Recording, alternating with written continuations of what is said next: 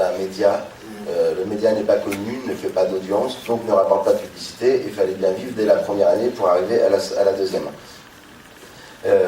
Très vite, on s'est lancé dans la prestation de services, c'est-à-dire tout simplement on construit des sites pour d'autres clients qui sont de toutes sortes. On ne fait que des coquilles vides. Le premier client a été Bibliops, le site littéraire du Nouvel Obs. Et on l'a fait comme on l'a fait rue 89, en se lançant un petit peu tête baissée et en essayant de faire du mieux possible. Et ça marche puisque maintenant on a beaucoup de clients, on a fait des associations, des collectivités locales et les clients ne manquent pas. On a eu raison, c'était un pari plutôt gagnant, puisque la première année, on a réussi à dégager des bénéfices pour se développer, pour recruter dès la première année. Mais ce n'était pas suffisant.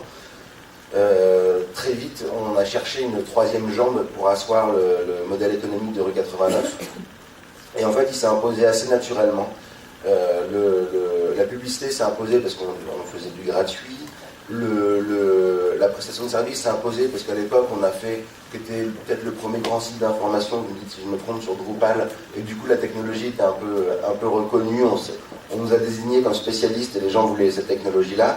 Et il y a une troisième chose qu'on faisait beaucoup, c'est qu'on intervenait beaucoup dans les écoles de journalisme pour faire des formations en multimédia, au point où parfois même ça déstabilisait la rédaction parce qu'on était nombreux à être à l'extérieur, parce qu'on n'était pas non plus surpayé à rue 89 et c'est bien payé dans les écoles de journalisme, donc on nous laissait toute liberté d'aller enseigner à droite à gauche. Et on s'est dit pourquoi pas créer notre propre école de journalisme. Alors pas au sens où peut-être le monde veut le faire. On fait de la formation continue, on a créé un vrai programme de formation, on a pris plusieurs mois, presque une année entière, à créer un vrai programme de formation, à être une entité formatrice reconnue par l'État, avoir un numéro de formateur. Maintenant, c'est chose faite depuis plusieurs mois. Ça marche très bien, on a ajouté une activité de conseil à la formation. Et ça marche de mieux en mieux. Et c'est vraiment, je pense, ce qui va faire parvenir rue 89 à l'équilibre. Aujourd'hui, schématiquement, pour donner des parts un peu dans nos revenus, il y a 60% des revenus de rue 89 qui proviennent de la publicité. Je vais revenir un petit peu dessus. C'est pas seulement des bannières toutes bêtes. On a 25% qui proviennent de la publicité et 15% de nos revenus qui proviennent de la prestation de services, donc construction de sites en gros. Voilà. Pour toutes ces activités, en fait, pardon, 25% de la formation, qui proviennent de la formation, et 15% donc de prestations de services. Pour toutes ces activités, on sert de nos ressources internes, quand on sait le faire, ou quand on peut le faire, surtout, c'est une histoire aussi de moyens humains. Et on sous-traite aussi pas mal, on travaille avec des clients, avec des traitants, avec des amis. On essaye aussi de faire marcher toute une communauté pour la formation. Moi, il y a plusieurs journalistes amis à moi qui n'ont pas tous la chance d'être en CDI comme moi, qui sont bien contents de trouver de la formation. Pareil pour des agences de développement qui sont contents d'avoir des contrats de développement par notre biais. Et nous, on est contents de bénéficier de leurs compétences. La publicité, donc, elle se décompose en plusieurs strates. On a une régie externe qui est une régie qui s'appelle iMedia, qui est assez connue dans le monde de la publicité internet. On a un service commercial interne qui tend à se développer et on a deux personnes en interne et elle va encore se développer.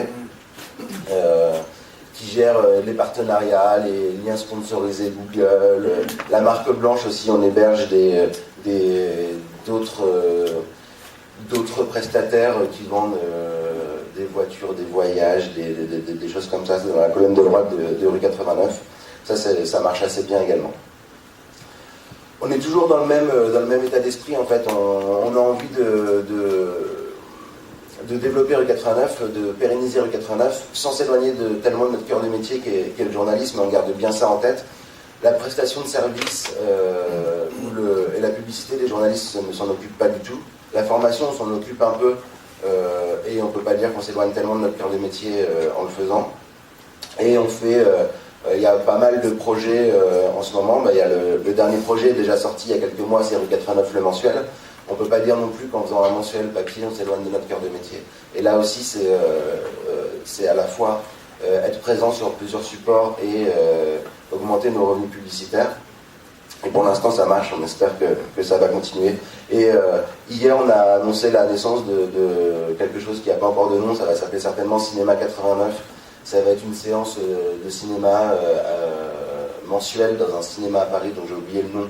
Et donc le film va être choisi par les internautes chaque mois. Il y a Galerie 89, on vend des œuvres d'art, on a une boutique de goodies. Tout ça, voilà, on ne néglige rien.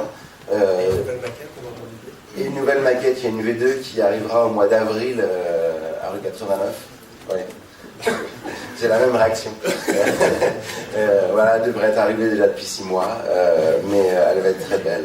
Classique. Une nouvelle version d'avenir. Voilà. Non, mais ça, c'est... Donc voilà, normalement au mois d'avril, où on parie beaucoup dessus, parce que la V1 de rue 89, celle que vous avez sous les yeux quand vous la consultez, elle a quand même été montée à l'arrache et elle tient toujours, mais c'est rafistolé de partout quand on regarde derrière. Voilà, donc en fait, juste le bilan après 3 années d'existence de rue 89, moi j'en suis plutôt assez fier et je suis content d'avoir participé et participer toujours à cette aventure. On a une vingtaine d'embauches en CDI, dont plus de la moitié de journalistes. Question salaire, on est aligné sur la grille PQN, ce qui est pas mal, même si tout le monde est en général au-dessus de la grille PQN du SNJ. Et question capital, on a réalisé 2 augmentations de capital, je crois une un peu plus d'1 million d'euros et l'autre un petit peu moins. Il nous reste un peu plus de 60% du capital détenu par les 4 fondateurs, qui sont 4 anciens de Libération, merci aux indemnités de départ, et par les premiers salariés de rue 89.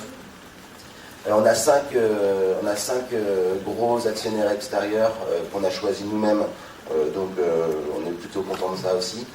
Et l'équilibre, on a failli atteindre l'équilibre au 4e trimestre 2009, au 2e trimestre 2010, on était vraiment tout proche. Et très logiquement, on l'a atteint au dernier trimestre de cette année, et l'équilibre sur une année. Et vraiment, pour 2011, ça serait une très très mauvaise surprise de ne pas y parvenir. Et l'audience, on est à 1,8 ou 1,9 million de visiteurs uniques selon Nielsen. Voilà. 1,8 ou 1,9, je ne sais plus. On peut tricher. Comme dirait Pierre Aski, le président de rue 89, on est à 2 millions. C'est bon. Je l'ai vu plus sincère sur Facebook. Voilà pour le modèle économique de rue 89 qui est vraiment toujours en gestation. On cherche tout le temps des nouveaux modes de financement et en fait on est vraiment tout le temps on invente des nouveaux modes de financement qui sont parfois très très lucratifs comme la formation et parfois totalement anecdotiques comme Galerie 89, mais ça nous plaît, on a un petit côté journaliste entrepreneur qui est assez plaisant et qui fait clairement partie de l'aventure et en général c'est vraiment l'envie qui nous motive d'abord et après on voit si ça cartonne ou pas. Un autre pure player. Juste pour rebondir sur ce que tu disais, je pense que c'est important de voir quelles sont les dimensions. Il y a peut-être des best practices là-dedans, les dimensions de ces NEL, on va consacrer cette expression. On est aussi une grosse vingtaine, je vais 34 bulletins de paye ce mois-ci, mais c'est un peu particulier, on est 24 salariés temps plein sur OVNI. C'est un tiers de journalistes, un tiers de développeurs et un tiers de designers. Là aussi, je pense que dans cette expérience-là, ça raconte quelque chose d'une réponse originale, c'est pas Graal, c'est pas la réponse absolue. Cette année, alors nous, nos années comptables, on les décale, on est sur une saisonnalité qui va être sur fin d'année comptable à fin juin, mais à fin décembre, on aura fait 600 000 € cette année, on vise un peu plus d'1,5 million l'année prochaine, et la